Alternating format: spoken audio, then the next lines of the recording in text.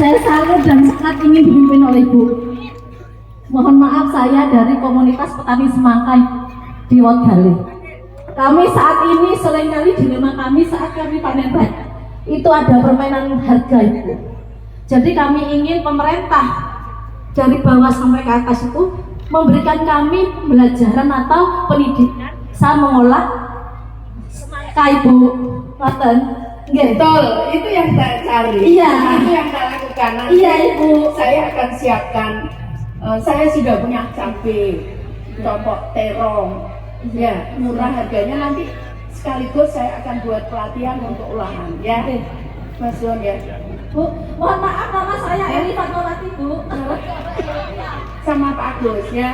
Nanti ada kita bisa, nggak usah nunggu, nggak usah nunggu jadi penyelenggaraan bisa. Tidak usah Bu Risma nunggu jadi pelatihan akan. Alhamdulillah.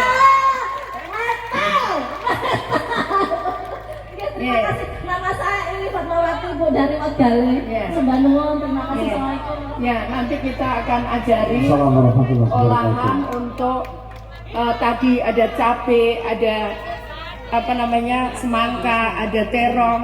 Menanggapi dengan biaya sekolah, biasanya itu permainan. Gak ada masuk sekolah itu gratis.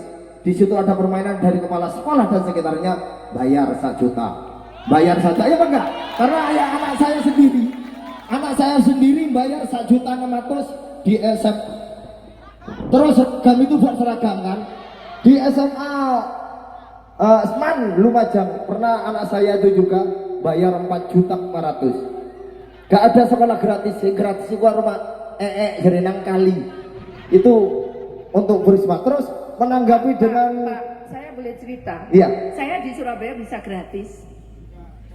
Ya, mungkin lain wilayah mungkin. Nah makanya Ya, saya ya. ngomong nanti kalau saya jadi gubernur sekolah gratis.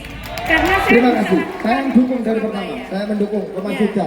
Saya pertama kali dari Dawan Wetan. Untuk tanah tadi menanggapi dengan GU Bunda. Tanah GU milik wilayah BG Jatiroto masih tidak tersentuh dengan pembangunan sama sekali.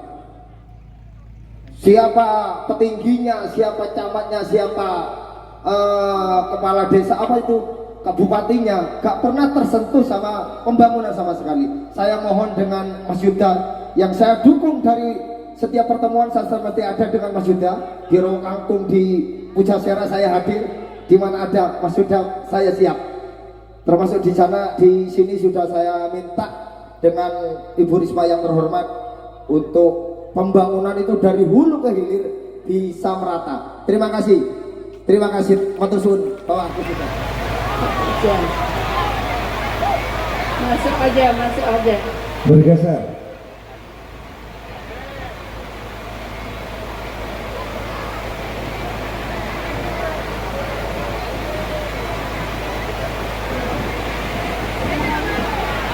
Jadi Bapak Ibu sekalian, saya ingin menjelaskan kenapa alasan saya membuat namanya sekolah gratis.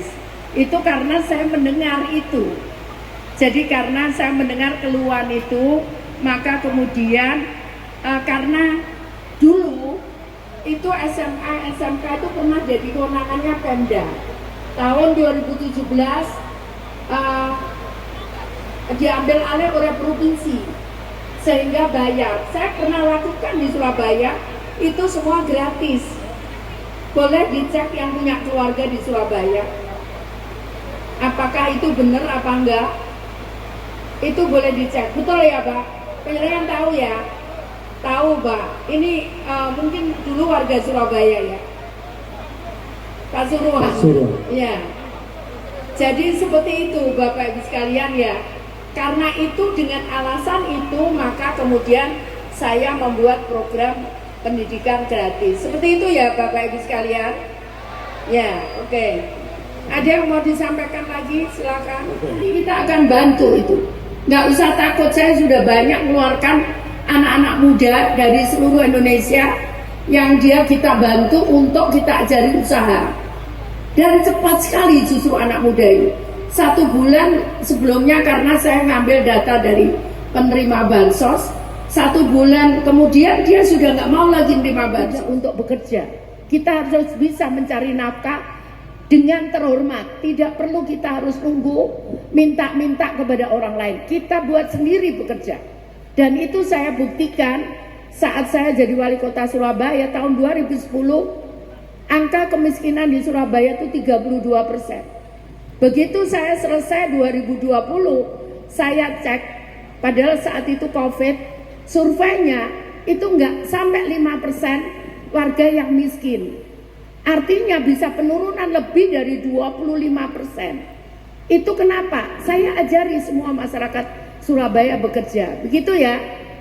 Oke. Kenapa? Karena nggak perlu ngangkut dari Jawa, nggak perlu ngangkut dari Kalimantan dan sebagainya, dari Sulawesi.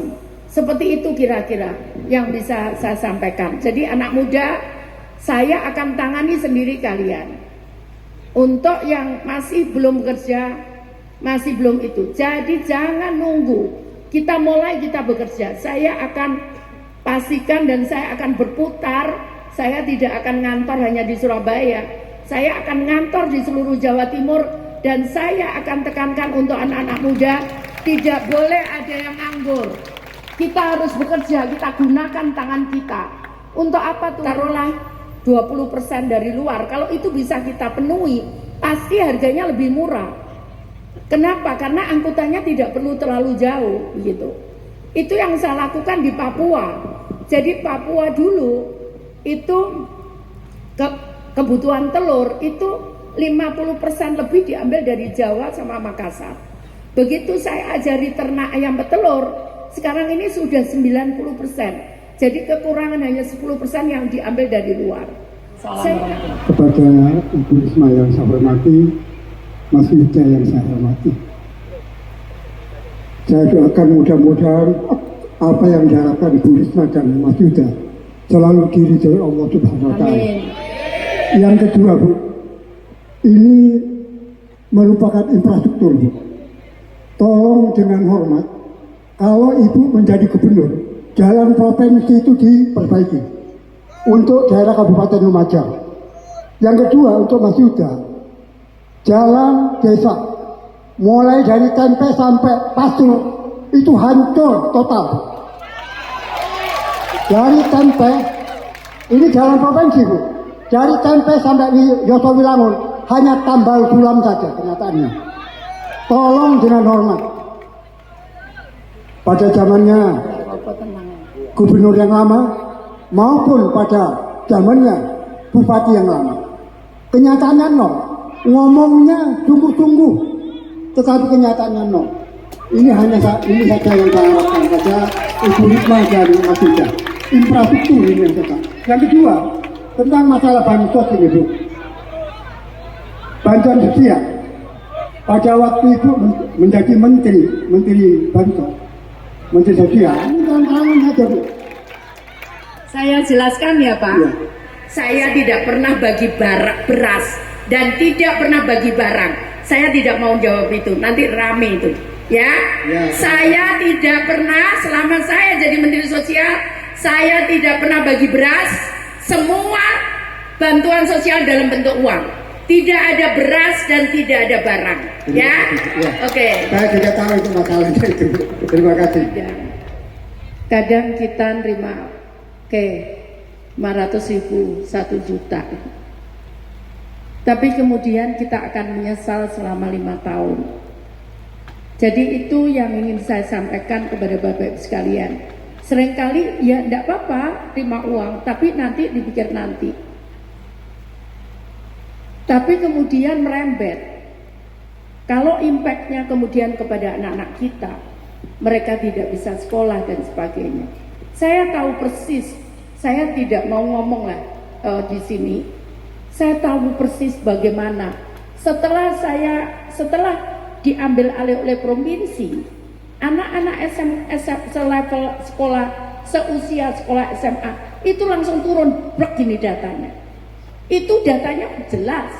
Saat saya menjadi wali kota Surabaya itu 85% lebih anak sekolah di SMA SMK. Tapi begitu saya tidak berhasil mempertahankan karena saya sempat gugat di MK. Itu datanya turun. Sekarang ini bahkan sampai dengan 40%. Kenapa? Karena warga Surabaya tahu bahwa kalau saya menjabat lagi, maka mereka akan ringan hidupnya. Tidak ada lagi yang bingung kalau sakit untuk berobat. Kenapa? Karena kita ladeni, kita layani penuh. Tidak ada yang kesulitan kalau anaknya mau sekolah. Tidak ada lagi kalau sakit bagaimana. Semua kita selesaikan di meja. Bahkan ada seorang, saat itu saya nolong seorang polisi. Polisi itu dia levelnya rendah, dia harus pakai 5 ring. Ternyata BPJS dengan pangkatnya dia hanya bisa 3 ring. Akhirnya saya ngomong nggak bisa. Ini harus kita bayar. Akhirnya yang 2 ring kita bayar. Kita punya cadangan uang, nanti saya akan lakukan begitu. Itu diantaranya untuk yang nebus BPJS Mandiri itu. Saya akan punya mapping itu, jadi selain BPJS yang kita bayar, kita punya cadangan keuangan untuk menyelesaikan masalah-masalah seperti tadi. Saya tidak mau membeli suara Tuhan. Kualat saya. Betul? Akhirnya kemudian mohon maaf, kalau saya membeli itu akhirnya kemudian saya mencari-cari uang untuk mengembalikan. Kalau saya dibantu orang, ya nanti kamu saya kasih uang, nanti kamu dengan konsesi kalau kamu jadi saya begini. Akhirnya kemudian saya melegalkan segala cara untuk saya bisa mengembalikan uang itu sebagai tanda jasa. Itu saya nggak mau. Itu prinsip bagi saya. Jadi karena itu Bapak Ibu sekalian, begitu yang kedua saya ngomong, Pak RW saya pamit, Pak RT saya mau turun yang pertama, nanti saya maju, saya nggak punya uang. Kalau dan Pak RT, Pak RW sudah tahu kan siapa saya. Kalau pingin saya jadi wali kota lagi, tolong kampanye no. Udah saya tinggal pergi kemana-mana. Kenapa bisa menang? Ya karena rakyat Surabaya tahu bahwa saya melakukannya dengan sungguh-sungguh dalam melayani warga Surabaya.